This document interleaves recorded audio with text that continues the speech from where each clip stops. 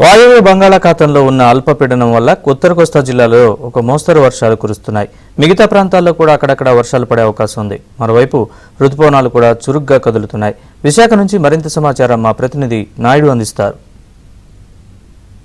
దాన్ని ఆనుకున్నటువంటి వాయువ్య బంగాళాఖాతంలో ఉన్న అల్పపీడనం ప్రస్తుతం స్థిరంగా కొనసాగుతుంది. ఇది మరింతగా బలపడేటువంటి అవకాశం ఉంది. దీని ప్రభావం వలన గత నిన్నటి నుంచి కూడా చూసుకుంటే ఉత్తర కోస్తా జిల్లాల్లోనూ అటు తెలంగాణలో కూడా చాలా చోట్ల రెయిన్స్ పడినటువంటి పరిస్థితి. ప్రస్తుతం ఉత్తర కోస్తా జిల్లాల్లో అక్కడక్కడ వర్షాలు పడుతున్నటువంటి పరిస్థితి అయితే మనకు కనిపిస్తుంది.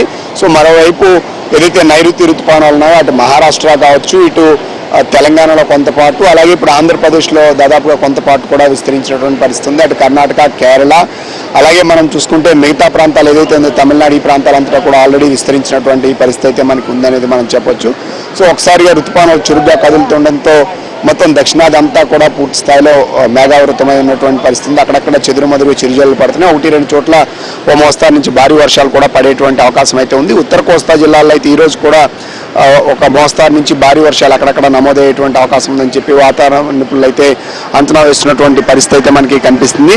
సో మరోవైపు మాన్సూన్ యాక్టివ్గా ఉండడంతో పాటు అటు మనం చూసుకున్నట్టయితే ఒక ఉపరితల ద్రోణి ఒకటి ఏదైతే ఉందో వాయువ్య బంగాళాఖాతం పైన ఒక ఉపరితల ద్రోణి కొనసాగుతుంది. అలాగే ఛత్తీస్గఢ్ పరిసర ప్రాంతాల్లో కూడా ఒక ఉపరితల ద్రోణి కొనసాగుతుంది. వీటికి తోడు ఒక ట్రఫ్ లైన్ కూడా ఆల్రెడీ మనకి కొనసాగుతున్న షియర్ జోన్ కూడా ఒకటి కొనసాగుతుంది. వీటి ప్రభావంతోనే ప్రస్తుతం మాన్సూన్ యాక్టివ్గా ఉండడంతో పాటుగా అనేక చోట్ల వర్షాలు పడుతున్నటువంటి పరిస్థితి కనిపిస్తుంది. మరోవైపు అటు ఈశాన్య రాష్ట్రాల్లో కూడా మిజోరాం, మణిపూర్, సో అస్సాం ఈ పరిసర ప్రాంతాల్లో కూడా చాలా చోట్ల ఆల్రెడీ రెయిన్స్ పడుతున్నటువంటి పరిస్థితి. అక్కడ కూడా మాన్సూన్ యాక్టివ్గా ఉండడం.